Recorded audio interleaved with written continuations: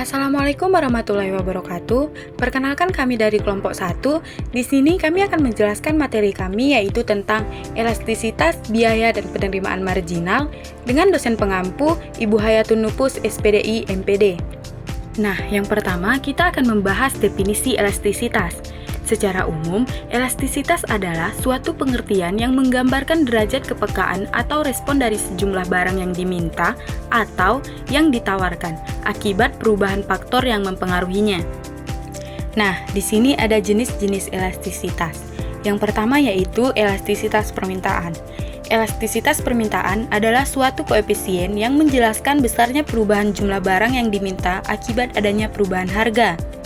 Jika fungsi permintaan dinyatakan dengan QD sama dengan fungsi P, maka elastisitas permintaannya adalah eta D sama dengan persen delta QD per persen delta P sama dengan E QD per delta P sama dengan limit saat delta P mendekati 0 dari delta QD per QD dibagi delta P per P sama dengan turunan QD terhadap P dikali P per QD, di mana eta D itu elastisitas permintaan terhadap harga, delta QD itu perubahan kualitas permintaan, dan delta P itu perubahan harga.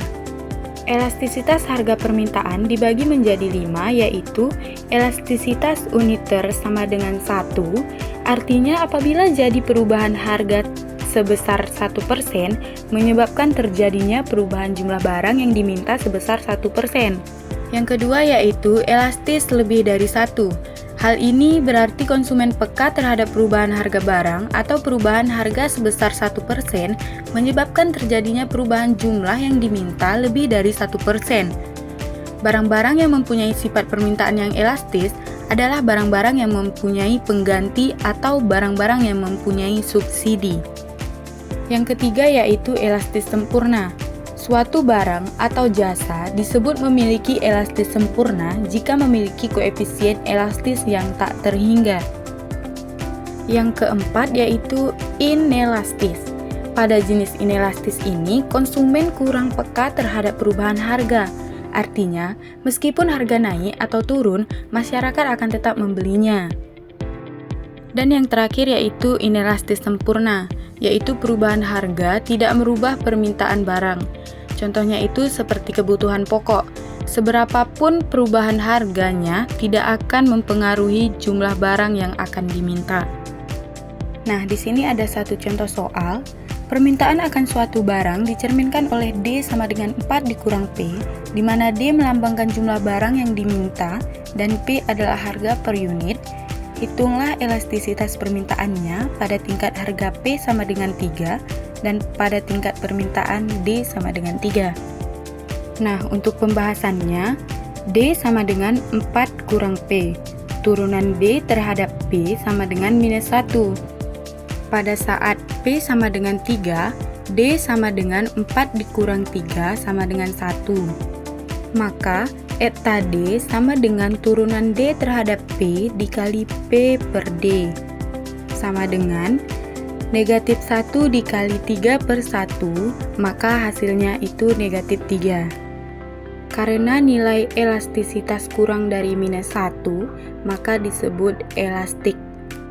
Kemudian pada D sama dengan 3 dan P sama dengan 1, maka eta D sama dengan turunan D terhadap P dikali P per D sama dengan minus 1 dikali 3 per 1 sama dengan minus 3. Maka hasilnya elastik. Nah, untuk jenis elastisitas yang kedua yaitu elastisitas penawaran. Elastisitas penawaran ialah suatu koefisien yang menjelaskan besarnya perubahan jumlah barang yang ditawarkan berkenaan adanya perubahan harga jika fungsi penawarannya dinyatakan dengan QS sama dengan fungsi dari P, maka elastisitas penawarannya adalah eta S sama dengan persen delta QS per persen delta P sama dengan E QS per delta P sama dengan limit saat delta P mendekati 0 dari delta QS per QS dibagi delta P per P sama dengan turunan QS terhadap P dikali P per QS. Elastisitas penawaran terbagi menjadi 5. Yang pertama, elastis sempurna. Elastisitas sempurna merupakan gambaran bahwa para penjual hanya mau menjual semua barang pada harga tertentu saja dan tidak akan menjual barang tersebut pada harga lain. Yang kedua yaitu elastis. Penawaran yang elastis mengandung arti bahwa penjual peka terhadap perubahan harga, yaitu adanya perubahan harga sebesar 1% menyebabkan perubahan jumlah yang ditawarkan lebih dari 1%. Yang ketiga, elastis uniter. Jenis elastis ini ditandai dengan persentase perubahan harga sama dengan persentase perubahan jumlah barang yang ditawarkan. Yang keempat yaitu inelastis. Penawaran inelastis ditandai dengan penjual yang tidak atau kurang peka terhadap perubahan harga. Perubahan harga sebesar 1% menyebabkan terjadinya perubahan jumlah barang yang ditawarkan kurang dari 1%. Dan yang terakhir yaitu inelastis sempurna. Penawaran inelastis sempurna ditandai oleh perubahan harga yang tidak mempengaruhi jumlah barang yang ditawarkan.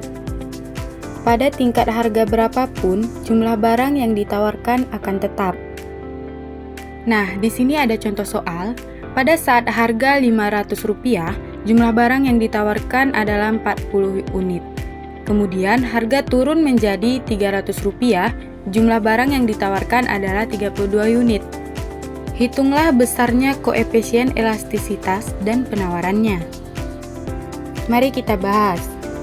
Untuk menjawab soal ini, kita menggunakan rumus ES sama dengan Q1 kurang Q2 per P1 kurang P2 dikali P per QS. ES sama dengan 40 kurang 32 per 500 kurang 300 kali 500 per 40.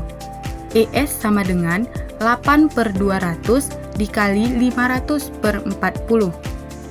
ES sama dengan 4000 per 8000. Jadi, nilai ES sama dengan 0,5 atau inelastis. Nah, jenis elastisitas yang ketiga yaitu elastisitas produksi. Elastisitas produksi adalah suatu koefisien yang menjelaskan besarnya perubahan jumlah keluaran atau output yang dihasilkan akibat adanya perubahan jumlah masukan atau input yang digunakan.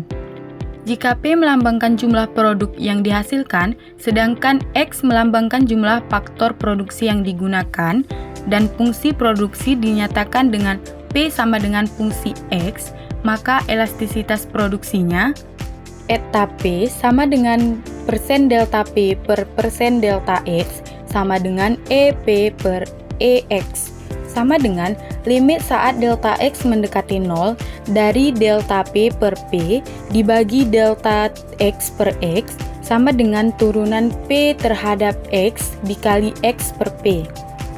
Nah, di sini ada contoh soalnya. Fungsi produksi suatu barang ditunjukkan oleh persamaan P sama dengan 6X kuadrat dikurang X pangkat 3. Hitunglah elastisitas produksi pada tingkat penggunaan faktor produksi sebanyak 3 unit dan 7 unit.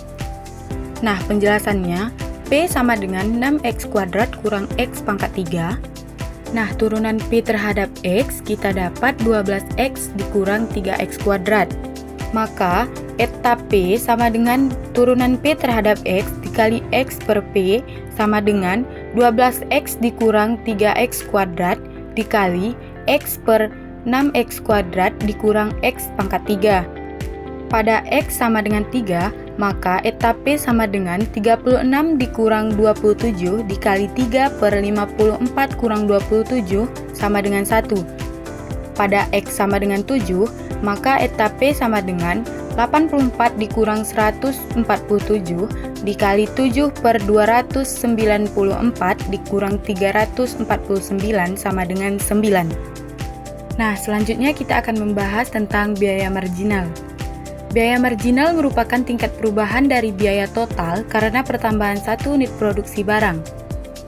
Secara matematik, fungsi biaya marginal merupakan derivatif pertama dari fungsi biaya total. Jika fungsi biaya total dinyatakan dengan di mana C sama dengan fungsi Q adalah biaya total dan Q melambangkan jumlah produk, maka biaya marginalnya MC sama dengan C aksen sama dengan turunan C terhadap Q. Nah, untuk contoh soalnya, sebuah perusahaan manufaktur pakaian aktif dalam memproduksi dan menjual baju kemeja setiap harinya.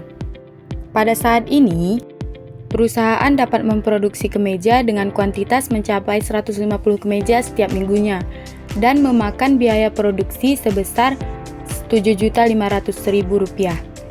Kemudian, pihak manajemen memutuskan untuk meningkatkan jumlah produksi sehingga pada siklus produksi selanjutnya akan meningkatkan kemeja sebesar 165 setiap minggunya dengan total biaya bertambah sebesar Rp670.000. Berdasarkan kasus tersebut, hitunglah biaya marginal dari barang yang ditambahkan. Nah, untuk pembahasannya, delta TC sama dengan Rp675.000, delta Q sama dengan 165 dikurang 150 sama dengan 15, maka MC sama dengan delta TC per delta Q sama dengan 675.000 per 15 sama dengan 45.000. Sehingga biaya marginalnya sebesar Rp45.000 per unit yang ditambahkan pada proses produksi. Kemudian, di sini kita akan membahas tentang penerimaan marginal. Penerimaan marginal ialah penerimaan tambahan yang diperoleh berkenaan bertambahnya satu unit keluaran yang diproduksi atau yang terjual. Jika fungsi penerimaan total dinyatakan dengan R sama dengan fungsi Q, di mana R melambangkan penerimaan total dan Q adalah jumlah keluaran, maka penerimaan marginalnya MR sama dengan R aksen turunan R terhadap Q. Nah, untuk contohnya, fungsi permintaan akan suatu barang ditunjukkan oleh P sama dengan 16 kurang 2Q. Tentukan permintaan marginalnya. Nah, di sini contoh soalnya, fungsi permintaan akan suatu barang ditunjukkan oleh P sama dengan 16 dikurang 2Q kuadrat. Tentukan permintaan marginalnya. Maka, di sini kita bahas R sama dengan 16Q dikurang 2Q kuadrat. Maka penerimaan total R sama dengan P kali Q sama dengan fungsi Q sama dengan 16Q dikurang 2Q kuadrat. Maka diperoleh penerimaan marginalnya MR sama dengan R aksen sama dengan 16 kurang 4Q. Pada MR sama dengan 0, Q sama dengan 4, maka P sama dengan 16 dikurang 2 kali 4 sama dengan 8, R sama dengan 16 dikali 4 dikurang 2 dikali 4 kuadrat sama dengan 32. Nah, dari materi yang dipaparkan tadi dapat disimpulkan bahwa elastisitas, biaya marginal, dan penerimaan marginal merupakan 3 konsep penting dalam analisis ekonomi mikro yang saling berkaitan dan berperan besar dalam proses pengambilan keputusan ekonomi, khususnya dalam konteks produksi dan penetapan harga. Sekian pemaparan materi dari kelompok kami. Kami akhiri. Assalamualaikum warahmatullahi wabarakatuh.